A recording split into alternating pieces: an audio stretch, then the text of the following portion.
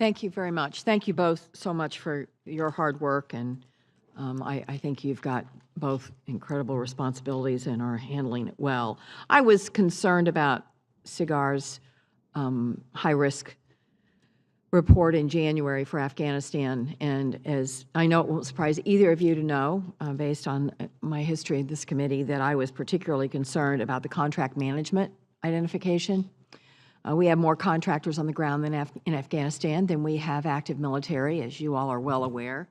We are never going back to a time where we are not incredibly reliant on contractors, and so I have been like a broken record that we've got to get this contract oversight right.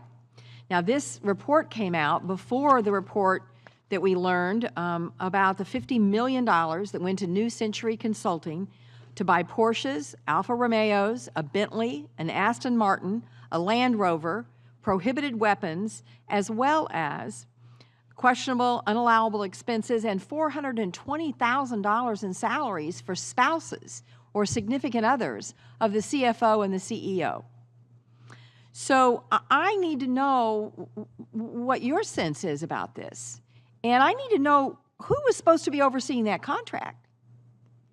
And what has happened to that person? Was that a COR that was overseeing this contract? Was it someone higher in the command that was overseeing this contract? I mean, with this kind of contract money going out the door, it just, after all the years we've worked on this with the contracting command, and I know we've made progress, gentlemen, I know we have. But when I see this, after all the work we've done on wartime contracting and cleaning it up, it just makes me depressed. So can either of you shed any light on how we would have had an incident that, to me, shows a real backsliding in terms of contract oversight?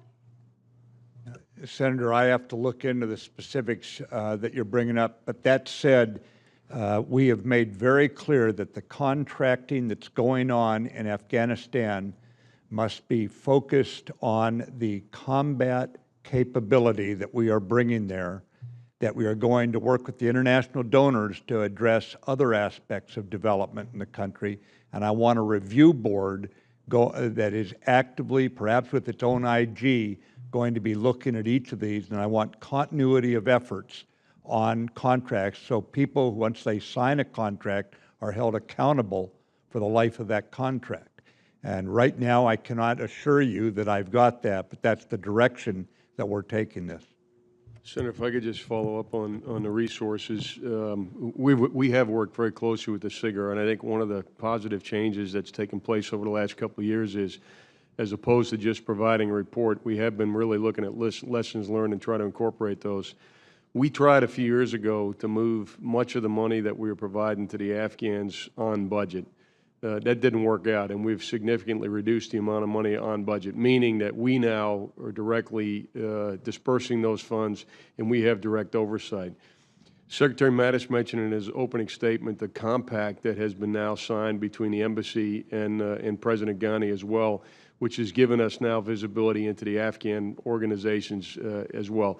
One of the things that we did when we did a failure analysis for Secretary Mattis moving forward so that we could answer the hard questions, which are the right questions, the hard questions about why are things going to be different moving forward, is we did failure analysis. And the corruption that we have seen, the contracting we have seen, and the lack of visibility and transparency in the resources were clearly an issue. In fact, I had the SIGAR over in my office as we were doing the failure analysis, and the SIGAR was actually a part of our team that put together this failure analysis for the Secretary. So with your emphasis on the SIGAR over time and the SIGAR's corporate memory, I think we have done the best we can now moving forward to incorporate those lessons learned, and particularly in those areas where we're talking about significant amount of money in taxpayer dollars. Well, you know, and the culture in the military is that when there is a screw-up, somebody's held accountable.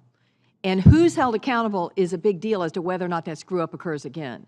So I would really like a follow-up from both of you, or from you, General Dunford, maybe directly, as to who's you know what is on the line for this contract and the excessive abuse that occurred in this particular contract. Because picking out somebody to make an example of in this area makes a difference. I mean, when we first started down this road, they were just handing a clipboard to somebody, the low man on the totem pole, and said, oh, you're supposed to be overseeing contracts. And it was a joke, as you know, in Iraq in the early years in terms of contract oversight.